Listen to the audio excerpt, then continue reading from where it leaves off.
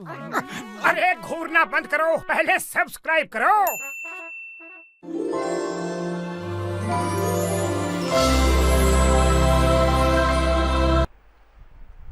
Exercise 98.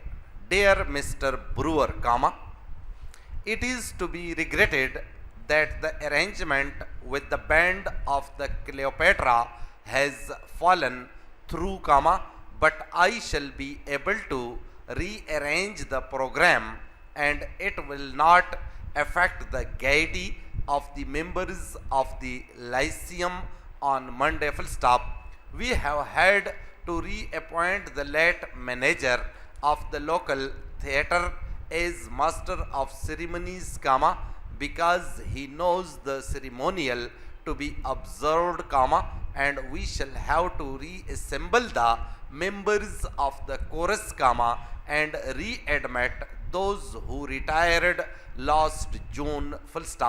I am worrying the decorators, and doing my utmost to make these slowest of slow people finish their work. Very truly yours.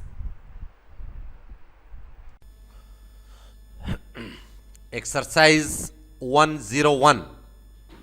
On Wednesday last, in the Memorial Hall, workshop, Mr. Walter Wilde, of Wakefield, delivered an extremely fascinating lecture on the empire. He referred to the enormous size of the dominions, to the millions of people of various races living in them, and to the bewildering variety of animal life to be found in the area included in the empire. He deplored the frequent wars which had weakened British South Africa in the past, and expressed his belief that the future would tell a very different story.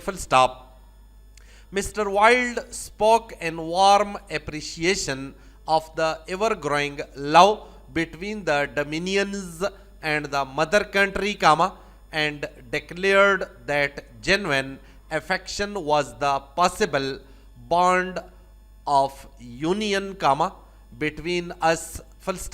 Subsequent speakers included Mrs. Hardwick, Shadwell and Wagstaff, and the audience accorded a warm expression of thanks to Mr. Wilde for his lecture.